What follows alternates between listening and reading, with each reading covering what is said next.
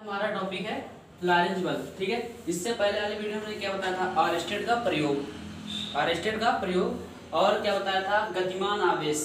अगर कोई आवेश क्या है, चुंबकीय क्षेत्र में गतिमान है, तो उस आवेश पर चुंबकीय क्षेत्र कितना बल लगाएगा। ठीक है, तो हम बात करते हैं लॉरेंज बल की। तो हमने कल बताया था कि अगर कोई आवेश क्या है, गतिमान है, तो उसमें चुंबकीय क्षेत्र, उसके द्वारा चुंबकीय क्षेत्र और वैद्युत मतलब चुंबकीय बल और वैद्युत बल दोनों उत्पन्न होगा।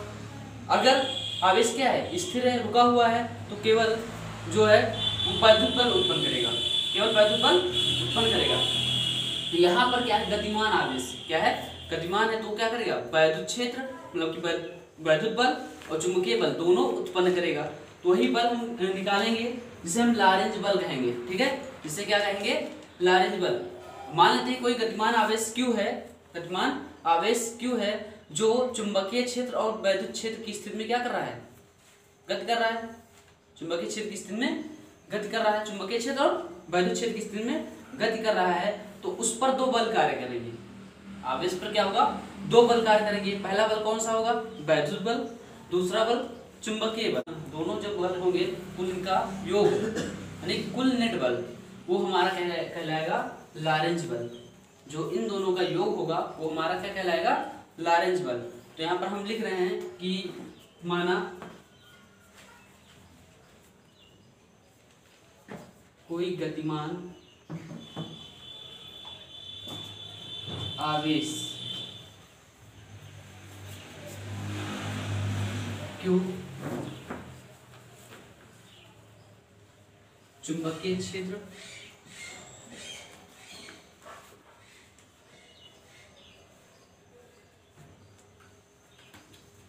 तथा वैद्युत क्षेत्र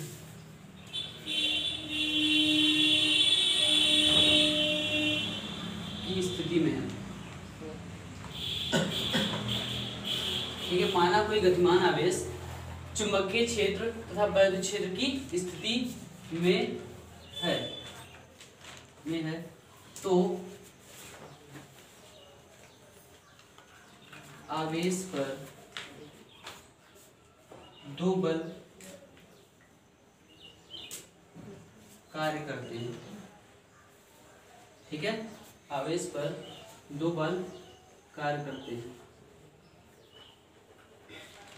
दो बल कार्य करते हैं, वैद्युत क्षेत्र और चुंबकीय क्षेत्र है ना। तो वैद्युत क्षेत्र द्वारा वैद्युत बल उत्पन्न होगा। वैद्युत क्षेत्र क्या होगा, आवेश पर वैद्युत बल लगाएगा। चुंबकीय क्षेत्र क्या करेगा, आवेश पर चुंबकीय बल लगाएगा। तो यहाँ से क्या होगा, वैद्युत क्षेत्र दो बल कार्य करते हैं। पहला क्या हो जाएगा, वैद्युत क्षेत्र द्वारा आवेश पर बल, जिसे हम बोलेंगे वैद्युत बल।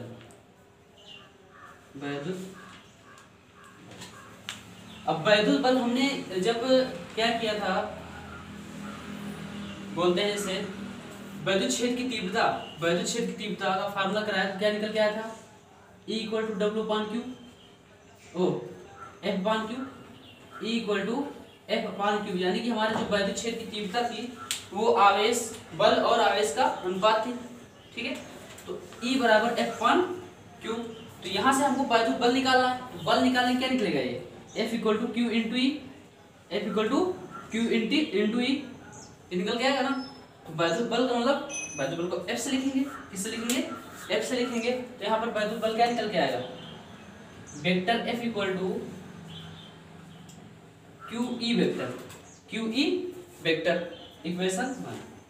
ठीक है, ये क्या करेगा, वैद्युत बल क्या करेगा, वैद्युत क्षेत्र क्या करेगा, आवेश पर क्या करेगा, वैद्युत बल लगाएगा। वैद्युत क्षेत्र द्वारा आवेश पर वैद्युत बल लगेगा और चुंबकीय क्षेत्र द्वारा आवेश पर चुंबकीय बल लगेगा।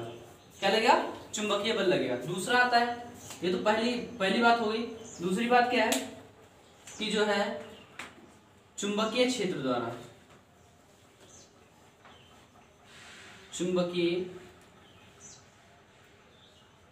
द्वारा आवेश पर बल, जिसे हम बोलेंगे चुंबकीय बल। क्या बोलेंगे, चुंबकीय बल।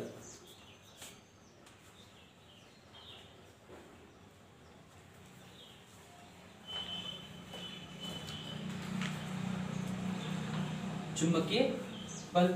इसको देखो ये क्या है, वैद्युत बल है ना, इसको वेक्टर Fe से लिख दो। E का मतलब इलेक्ट्रिक फोर्स, ठीक है, और इसको लिख दो Fm से या Fb से लिख दो।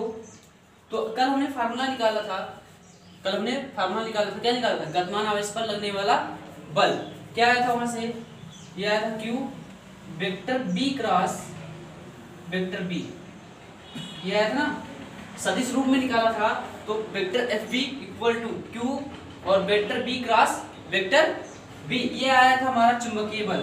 क्या आया था, चुंबकीय बल। अच्छा, हमने कल आरस्टेड का प्रयोग बताया था, तो आरस्टेड के प्रयोग से क्या सिद्ध हुआ था, ये सिद्ध हुआ था कि जो हमारा वैद्युत है, वैद्युत धारा वो चुंबक की भांति भी व्यवहार करता है, ये सिद्ध हुआ था ना।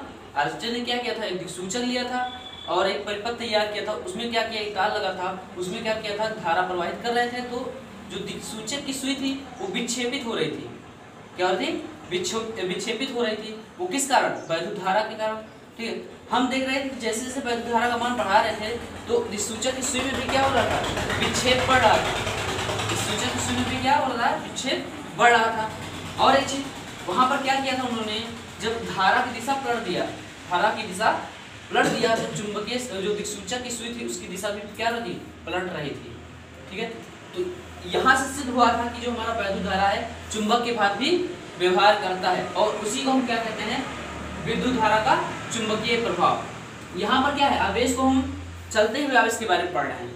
इससे पहले स्थिर वैद्युतिकी पढ़ा हमने, वहां पर आवेश क्या था, रुका हुआ था, स्थिर था। यहाँ पर आवेश क्या चल रहा है, तो आवेश चल रहा है तो वैद्युत बल और चुंबकीय बल दोनों उत्पन्न करेगा। अगर रुका हुआ है तो केवल वैद्युत बल ही उत्पन्न करेगा। तो यहाँ पर चुंबकीय क्षेत्र द्वारा आवेश पर बल कितना, चुंबकीय बल, इसको हमने वेक्टर Fb लिखा है, और कल हमने फार्मूला निकाला थे Q into vector B cross vector B। Vector B क्या है, वेग है, जिस वेग से क्या ये आवेश क्यों क्या है, गतिमान है, जिस वेग से आवेश क्यों क्या है, गतिमान है।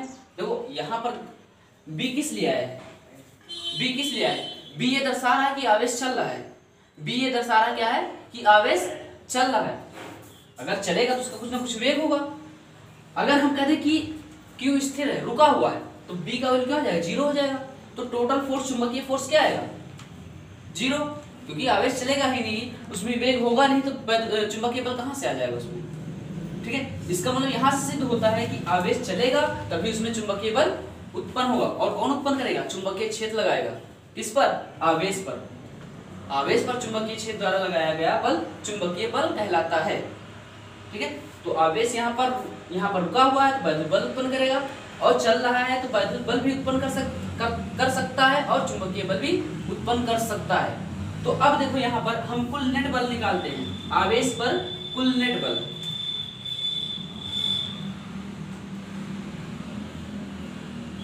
आवेश पर कुल, जिससे बोलेंगे नेट बल, नेट बल। तो इसको दोनों को जोड़ेंगे, vector F equal to vector Fe plus vector Fb, vector Fb। तो यहां से क्या निकल के आएगा, vector F equal to,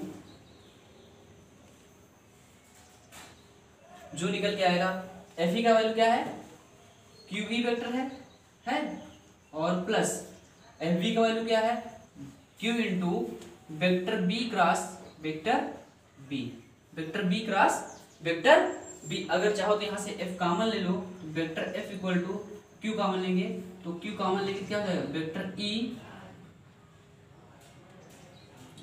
E plus vector B cross vector B। और ये जो टोटल फोर्स आएगा, जो हमारा वैद्युत बल और चुंबकीय बल आएगा, जो आवेश पर क्या होगा, वैद्युत बल और चुंबकीय बल लगेगा, यही क्या कहलाएगा, हमारा लॉरेंज बल कहलाएगा। क्या कहलाएगा, लॉरेंज बल, ठीक है। ये क्या है, लॉरेंज बल, किसका,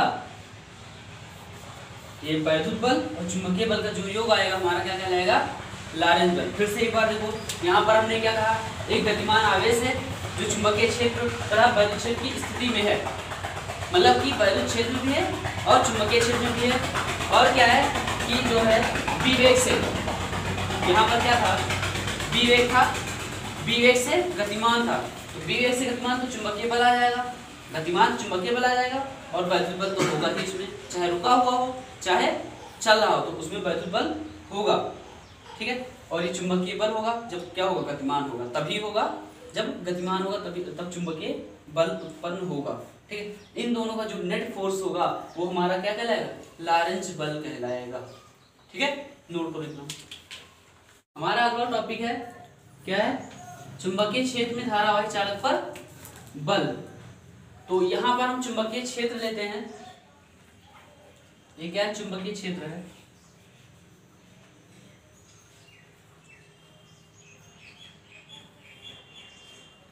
और इस चुंबकीय क्षेत्र में मान लेते हैं कोई एल लंबाई, स्मॉल एल लंबाई का धारावाही चालक रखा है।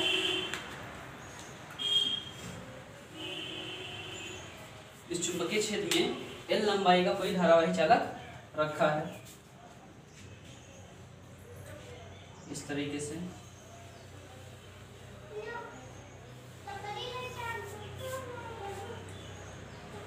ऐसे, ठीक है। इसकी लंबाई क्या है, स्मॉल एल, क्या है, स्मॉल एल।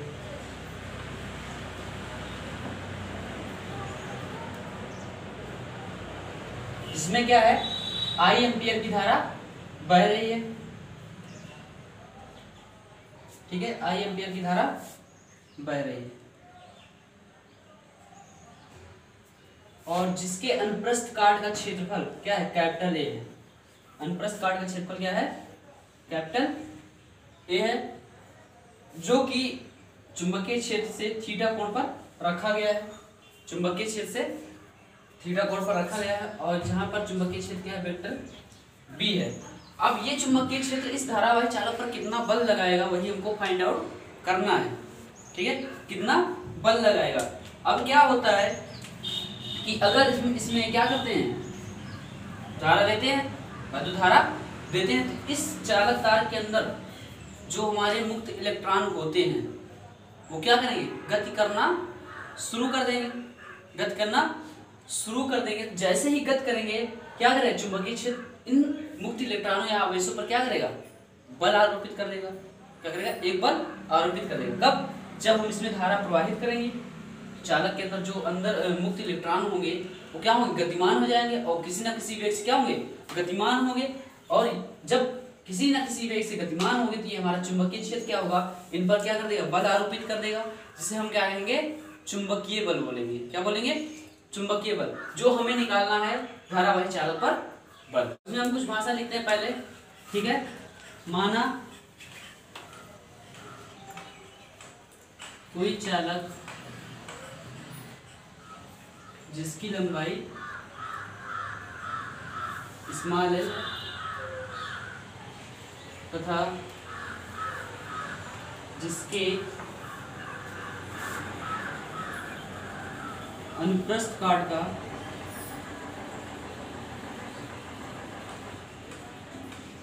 क्षेत्रफल कैपिटल ए है, ठीक है, जो कि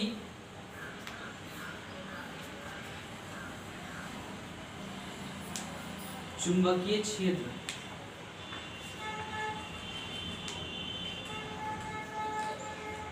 बी में थीटा कोण पर रखा हुआ, कहने मतलब चुंबकीय क्षेत्र में थीटा कोण, मतलब चुंबकीय क्षेत्र से थीटा कोण पर रखा हुआ है, ठीक है, रखा हुआ है। जब चालक में धारा प्रवाहित की जाती है तो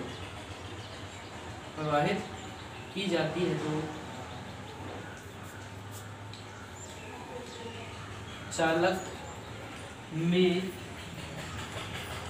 उपस्थित, ये लंबाई रहेगा, जिसकी लंबाई स्मॉल एल है तथा जिसके अनुप्रस्थ काट का क्षेत्रफल कैपिटल ए है, जो कि चुंबकीय क्षेत्र बी में थीटा कोण पर रखा हुआ, मतलब थीटा चुंबकीय क्षेत्र से थीटा कोण बना रहा है, ठीक है।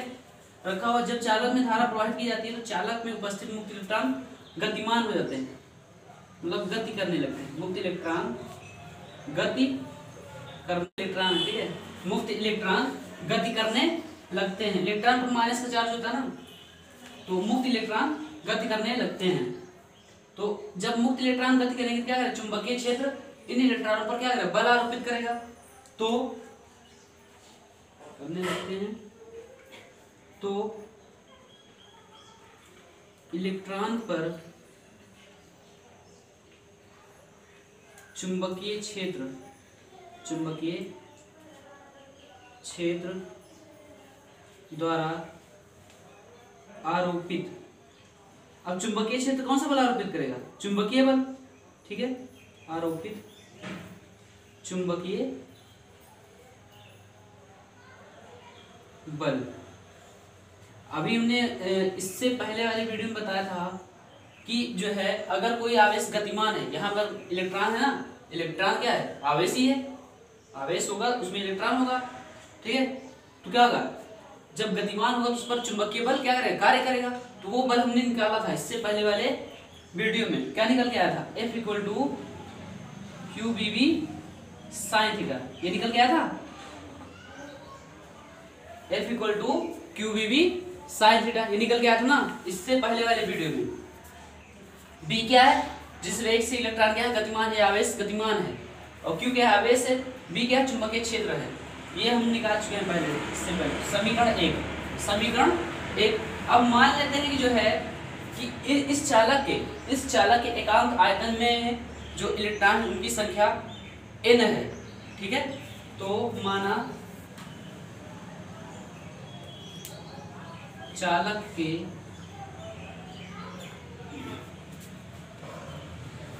एकांक आयतन में आवेश वाहक की संख्या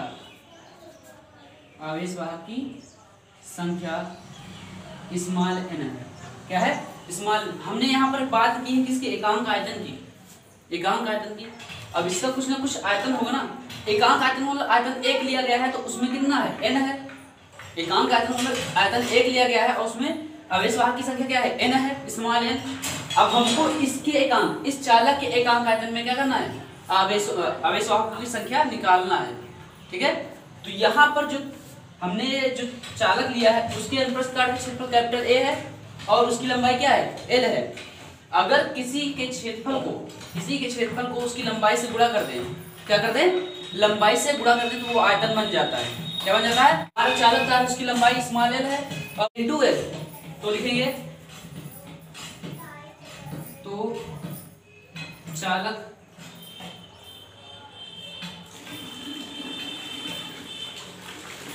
का आयतन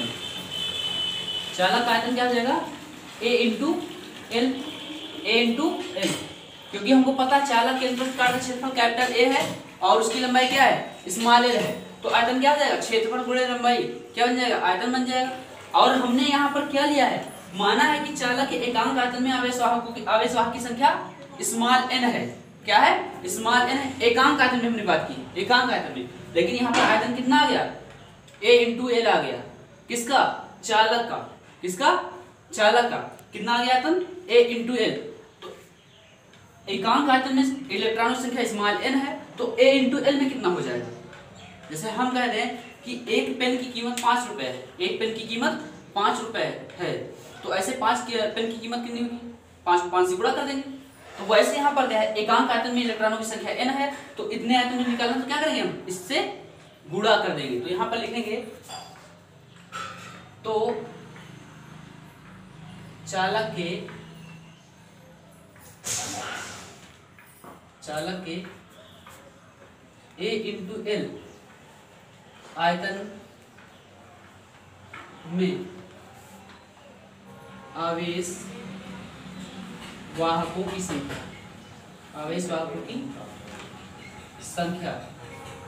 अब यहाँ पर हम इसको कैपिटल N ले रहे हैं, ठीक है। आवेश वाहकों की संख्या क्या ले रहे हैं, कैपिटल N। तो एकांक आयतन में n है, एकांक आयतन में n है और a इंटू एल आयतन में निकालें क्या आ जाएगा, NaL हो जाएगा, NaL हो जाएगा। यानी कैपिटल N इक्वल टू क्या आया, NaL, क्या आया, NaL। ये आया हमारा आवेश वाहक की संख्या, इस चालक में आवेश वाहकों की संख्या, मतलब मुक्त इलेक्ट्रॉनों की संख्या, ठीक है, इसमें इस चालक में, ठीक है। पहले इतना करो फिर आगे बता रहे हैं। अब देखो वहां पर n का वैल्यू क्या है, Na इंटू एल आया है, तो यहाँ पर हम आवेश निकालते हैं। ये तो आवेश वाहकों की संख्या आ गया, मतलब इलेक्ट्रॉनों की संख्या।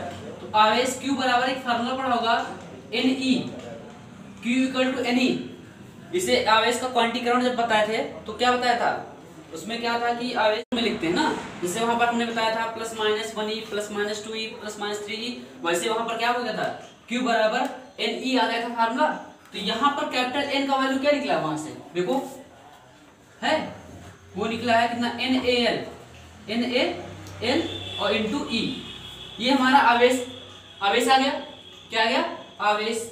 अभी इससे पहले हमने विद्युत क्षेत्र, चुंबकीय क्षेत्र जो निकला था आवेश पर, मतलब कि गतिमान आवेश मुक्त इलेक्ट्रॉन पर जो विद्युत बल लग रहा था, चुंबकीय बल लग रहा था, क्या था, F equal to QBV sine theta आया था। इसको हमने समीकरण 1 माना था ना, उसमें समीकरण 1 माना था ना। तो यहां से Q है, Q का वैल्यू यहां रखो, यहां रखेंगे Q का वैल्यू, तो क्या होगा, NaL इंटू E।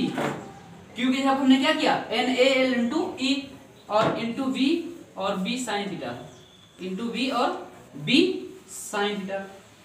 अब ध्यान से देखना, अब ये देखो एक चीज और, जो हमारे मुक्त इलेक्ट्रॉन होंगे वो किसी ना किसी वेग से गतिमान होंगे ना, तो हम मान लेते हैं कि जो है, इससे पहले हमने वैद्युत धारा चैप्टर में पढ़ाया था कि जो मुक्त इलेक्ट्रॉन होते हैं वो किस वेग से, अनुगमन वेग से गति करते हैं। तो हमने V को क्या लिखा था, BHD, ड्रिफ्ट वेलोसिटी, मतलब कि अनुगमन वेग। तो B की हम क्या रखेंगे, हम BHD रख देंगे, क्योंकि मुक्त इलेक्ट्रॉन क्या होंगे, इसके अंदर गतिमान होंगे।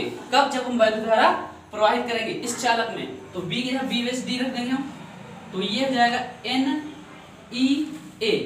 NEA और इंटू L, और B को हमको क्या लिखना है, BHD लिखना है, BHD और B sine theta, B sine theta, ठीक है। तो ध्यान से देखना यहां पर, N, इसको लिखो NEA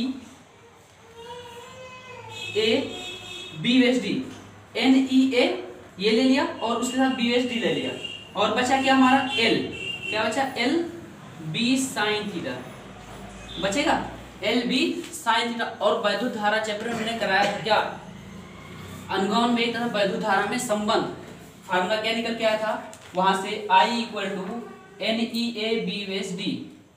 ये आया था हमारा अनुगमन वेग और वैद्युत धारा में संबंध, चौथे वैद्युत धारा वाले चैप्टर में, वैद्युत धारा वाले चैप्टर में। तो यहाँ से N का I का वैल्यू निकलेगा, यहाँ हम रखेंगे F बराबर क्या हो जाएगा, इसके जगह पूरे जगह क्या हो जाएगा, I हो जाएगा, I हो जाएगा। तो I और B और L साइन थीटा, साइन, ये फोर्स आएगा किस पर, चुंबकीय क्षेत्र में धारावाही चालक पर लगने वाला बल, चुंबकीय क्षेत्र में धारावाही चालक पर लगने वाला बल। अब इसमें कंडीशन भी है, तो कंडीशन देखो क्या क्या है।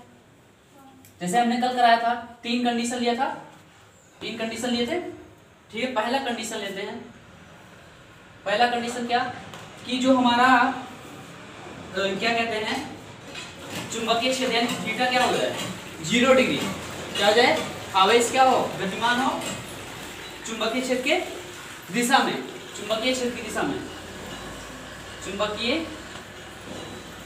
क्षेत्र की दिशा में हो। तो दिशा में हो गए तो क्या, थीटा इक्वल टू 0 डिग्री हो जाएगा, थीटा क्या हो जाएगा, 0 डिग्री, यही बताया था ना कल, थीटा का वैल्यू 0 हो जाएगा। तो यहाँ से क्या निकल के आएगा, बल F बराबर IPL साइन 0 डिग्री, साइन 0 डिग्री का वैल्यू 0, यानी F क्या निकल के आएगा, 0, यानी कोई बल आरोपित नहीं होगा। कब, जब हमारा आवेश गतिमान होगा चुंबकीय क्षेत्र की दिशा में, किसकी दिशा में, चुंबकीय क्षेत्र की दिशा में। दूसरा क्या लिया था, अब क्या, चुंबकीय क्षेत्र के विपरीत हो, चुंबकीय क्षेत्र के विपरीत, चुंबकीय क्षेत्र की दिशा में दिशा में, तो थीटा इक्वल 0 डिग्री। चुंबकीय क्षेत्र के विपरीत, तो थीटा इक्वल क्या आ जाएगा 180 डिग्री। 180 डिग्री तो यहाँ पर रखेंगे तो क्या निकल के आएगा, F बराबर IBL साइन 180, साइन 180, और साइन 180 का वैल्यू क्या होता है 0 होता है, यानी कि इस कंडीशन में भी क्या होगा, चुंबकीय क्षेत्र कोई बल आरोपित नहीं करेगा। ठीक है, अगला क्या है कि जब लंबवत हो, क्या हो, लंबवत हो,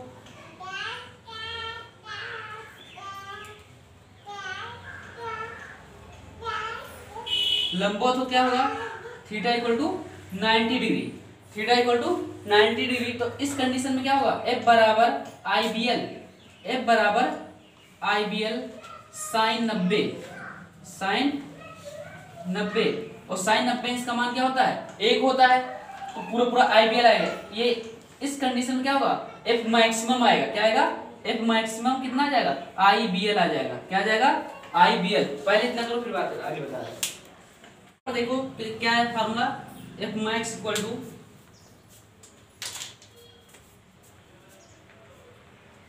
F मैक्सिमम कितना आया है, IBL आया है, IBL आया है। तो यहाँ पर हम क्या कर रहे हैं, यदि I बराबर क्या हो जाए 1 एम्पियर, I बराबर 1 एम्पियर और L बराबर 1 मीटर, L बराबर 1 मीटर, तो यहाँ पर अगर रखें तो F max क्या आएगा, मतलब अधिकतम बल क्या आएगा, चुंबकीय क्षेत्र के बराबर आएगा, चुंबकीय क्षेत्र के बराबर आएगा। तो यहां से चुंबकीय क्षेत्र का परिभाषा क्या निकलता है, लिखेंगे किसी स्थान पर, किसी स्थान पर चुंबकीय क्षेत्र की तीव्रता, क्षेत्र की तीव्रता उस बल के बराबर होती है, उस बल के बराबर होती है जो एकांक